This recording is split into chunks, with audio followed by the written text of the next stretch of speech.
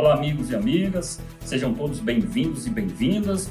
Na abertura do programa, às 10 mais do dia, hoje nós vamos trazer informações importantes. Vamos repercutir as principais notícias de hoje. Vamos atualizar as informações a partir de agora.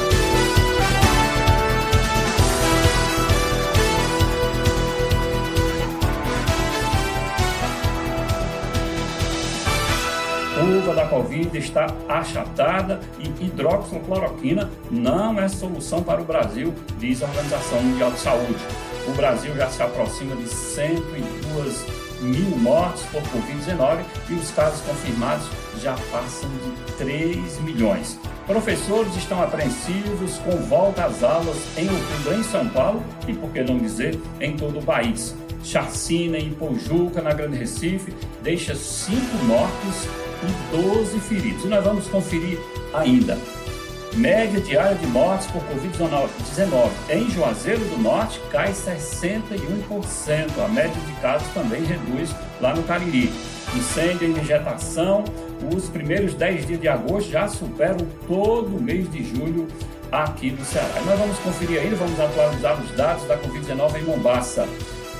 Covid-19 em Mombaça, do pico em junho, a estabilização e queda em julho e agosto. Nós vamos trazer estas informações, estes dados, a partir de agora, aqui no jornalismo do Célio Teixeira.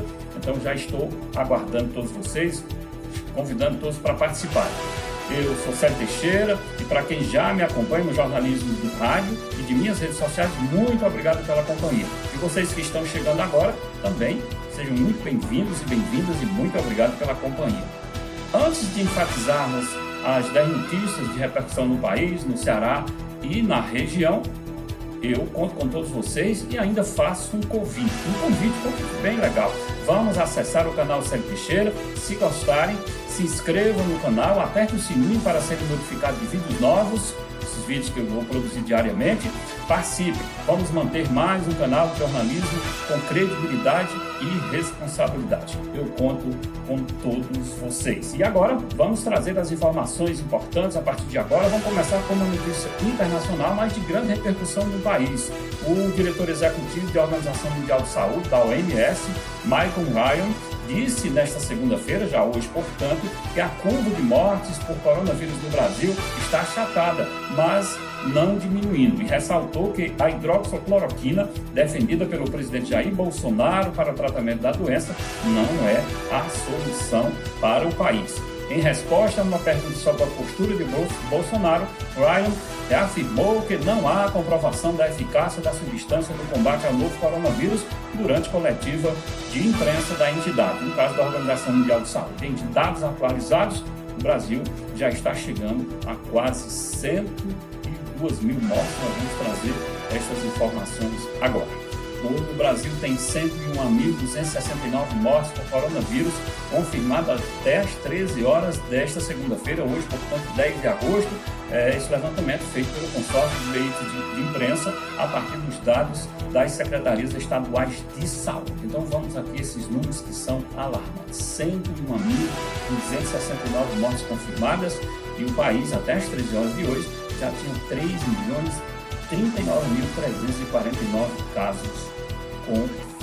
É um número realmente muito elevado. Com o anúncio da possibilidade de volta às aulas em outubro nas escolas paulistas, cresce a apreensão de professores. Alguns profissionais se sentem preparados, sobretudo os profissionais e professores das escolas particulares.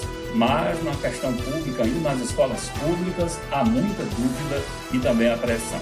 A professora Maura Maria Moraes de Oliveira, do Colégio do Irapuru, um dos mais tradicionais do interior de São Paulo, lá de Sorocaba, diz, por exemplo, que a escola faz mudanças com a troca de bebedouros, instalação de dispensadores de álcool, demarcação do espaço interno e também no exterior das salas de aula e enviou imagens, inclusive em vídeo, para os alunos conhecerem e irem se habituando à nova realidade.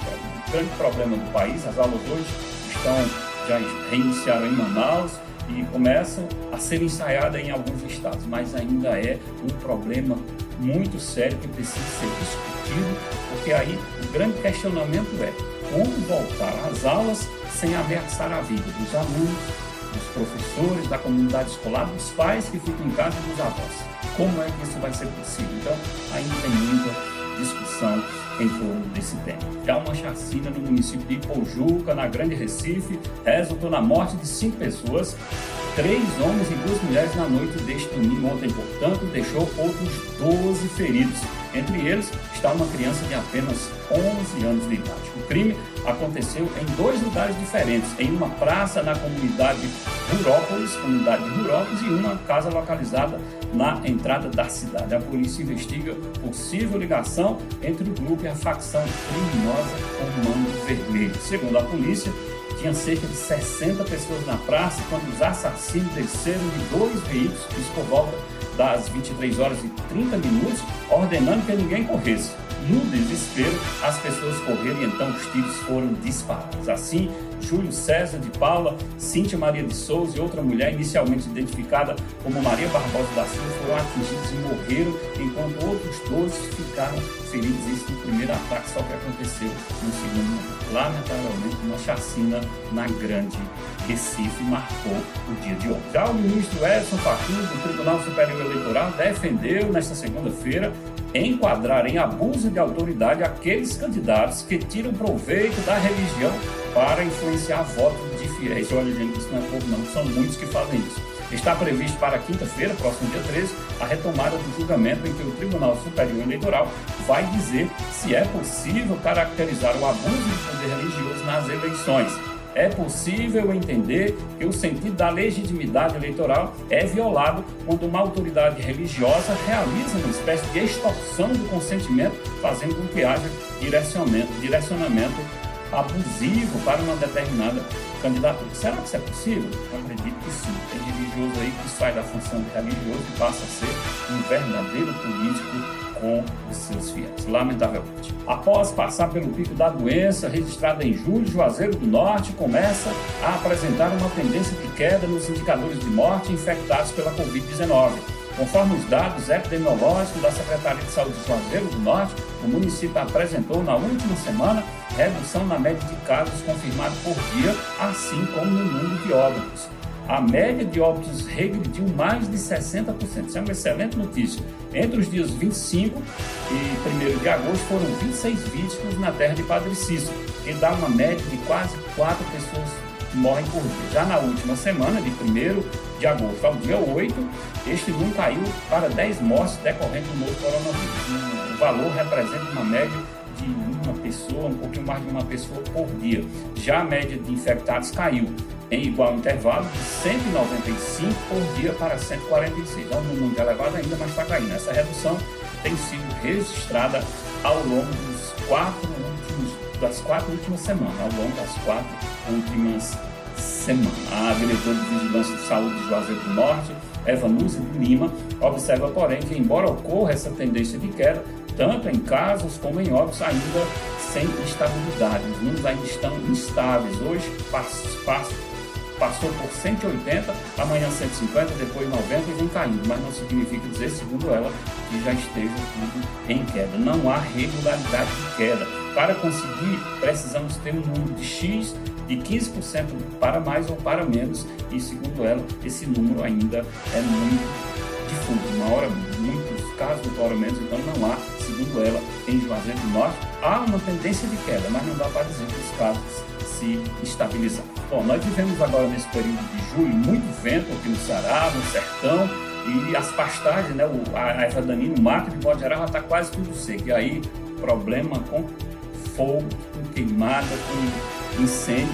tem aumentado muito neste período. A temporada de queimadas no sertão começou e os números podem exemplificar a intensidade e velocidade com que as vegetações estão sendo consumidas pelo fogo.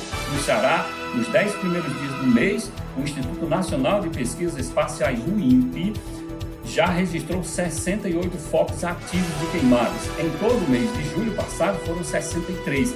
A persistirem os índices atuais, a projeção média é de que agosto termine com mais de 200 registros. O monitoramento de queimadas do INPE registrou em julho passado destruição de 528 km². Isto no ano passado. Em junho, anterior, ano passado, 79 km², um aumento significativo de 85% no ano passado. Ao longo de 2019, foram observadas queimadas em uma área de 55.536 km². Em 2018, 25.432 km². E em 2020, esses números começam já a preocupar. E aí tem algumas razões. Primeiro, houve um bom inverno em 2020 e quando chove bem, a erva daninha, o mato, as pastagens crescem muito, aumenta em quantidade. E aí quando cessa a chuva, diminui, aí fica seco rápido demais, com muito vento.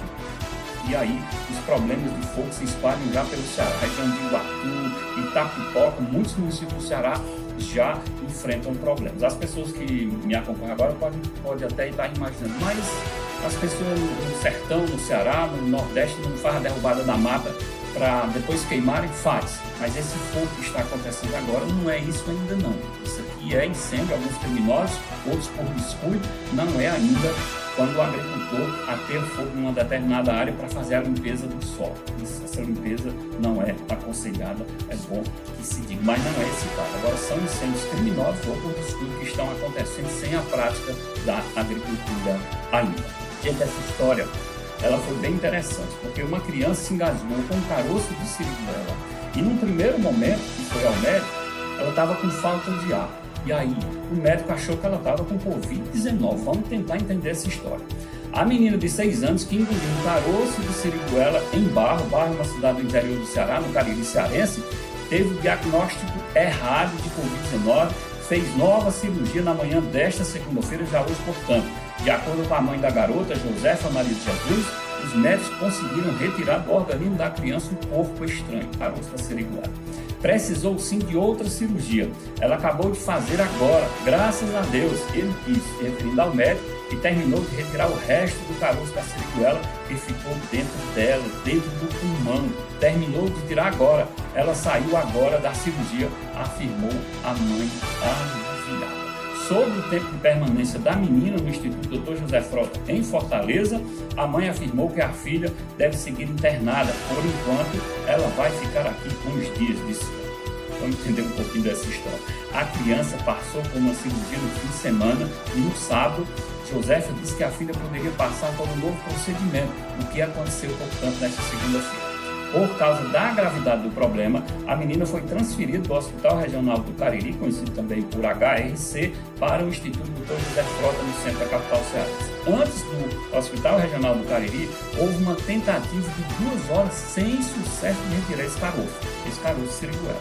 De acordo com Maria Josefa, durante a primeira cirurgia, os médicos não conseguiram extrair o objeto por completo. Então, nesta segunda, foi necessário realizar outro procedimento. Agora, o que chamou a atenção foi isso aqui. Conforme dissesse Josefa, a filha começou a apresentar falta de ar na última segunda-feira, dia 3, quando brincava com outras crianças em casa. A menina foi examinada por um médico que desconfiou que poderia ser Covid-19. Segundo a mãe, levada ao hospital da cidade de Barra, a menina chegou a ser diagnosticada com Covid e ainda chegou a ser entubada. Só que ela não tinha nada, estava com falta de ar, porque estava engasgada com esse caroço de siriguela. Ela foi então transferida de Barra para Barbalha na quarta-feira e em seguida encaminhada para o Hospital Regional do Cariri, onde foi submetida a uma tomografia. O trajeto entre os dois municípios foi feito em uma aeronave da Coordenadoria Integrada de Operações Aéreas, conhecida aqui no Ceará como CIOPAE. No Hospital Regional do Cariri, a Covid-19 foi descartada. Segundo o médico Adriano Antunes, da CIOPAE de Juazeiro do Norte, depois da tomografia foi observada uma estrutura ovalada, sendo descoberto depois ser um caroço de siriguela. Aí ela saiu de Juazeiro do Norte para o IJF em Fortaleza, depois de no começo ter sido diagnosticado com Covid-19, foi um problema sério. Graças a Deus a criança já está fora de perigo. Bom, agora vem um exemplo bom. Uma professora cearense resolveu levar as atividades de ensino exclusivo até a porta de seus alunos com deficiências. Os alunos têm deficiências por meio do projeto Atendimento Educacional Especializado na Quarentena, isso lá no município de Itapipoca. Com o violão e a bicicleta, Moádias Novaes busca superar os desafios da educação ampliados aí pelo problema da pandemia da Covid-19 na comunidade de Betânia, em Cruxutaí. Toda semana os alunos são visitados pela educadora que realiza atividades de grafomotricidade relacionada às habilidades gráficas e de escritas, além de dinâmicas lúdicas. Os alunos deficientes, ela já sabia que teriam dificuldade de se deslocar e ela agora resolveu fazer o inverso. Os alunos que vão para a escola, ela que vai dar aula na casa dos alunos. Eu montei um projeto e sou orientada por um amigo microbiologista que me ensina como fazer a esterilização das apostilas, como manter a distância para que não aconteça nenhuma contaminação por ela. Agentes de saúde comunitária também ajudam as ações educativas. Está aí um exemplo que vale a pena para outros educadores. Bom, e para encerrar o nosso vídeo de hoje, o nosso bate-papo de hoje, as nossas informações nesta tarde, nesta noite de segunda-feira, 10 de agosto, eu vou trazer agora os dados atualizados da Covid-19 em Mombaça. É isso mesmo. Os dados da Covid-19 foram atualizados ontem, falta, claro, a atualização de hoje, mas eu vou mostrar algumas tendências com relação ao mês de junho e esses 9 dias do mês de agosto. Os casos de Covid-19 em Mombaça teve um pico na segunda quinzena de junho, estabilizou em julho e já demonstra queda significativa em casos e também em mortes neste mês de agosto. Em junho, foram contabilizados, só para vocês terem uma ideia, 417 casos no município de Mombaça, com 15 óbitos, isso no mês de junho. Já no mês de julho, foram 292 casos confirmados e 8 óbitos. Nestes 9 dias, do dia 1º até o dia de ontem, porque hoje ainda não foram contabilizados, nestes 9 primeiros dias do mês de agosto, foram confirmados 48 casos e uma morte por Covid-19. Se mantivermos esta tendência, poderemos fechar o mês de agosto em torno de 150 casos ou menos, e o número de mortes pode variar entre 1 e 5. Um dado realmente muito significativo para o município de Mombaça, o que mostra estabilização e queda, estabilização e queda nos casos e também nos óbitos. São essas principais informações que eu trago para vocês nesta segunda-feira, 10 de agosto, e já faço o convite para amanhã vocês estarem conosco aqui mais uma vez com mais informações, trazendo todas as notícias do dia para vocês nas mais 10 do dia com Célio Teixeira.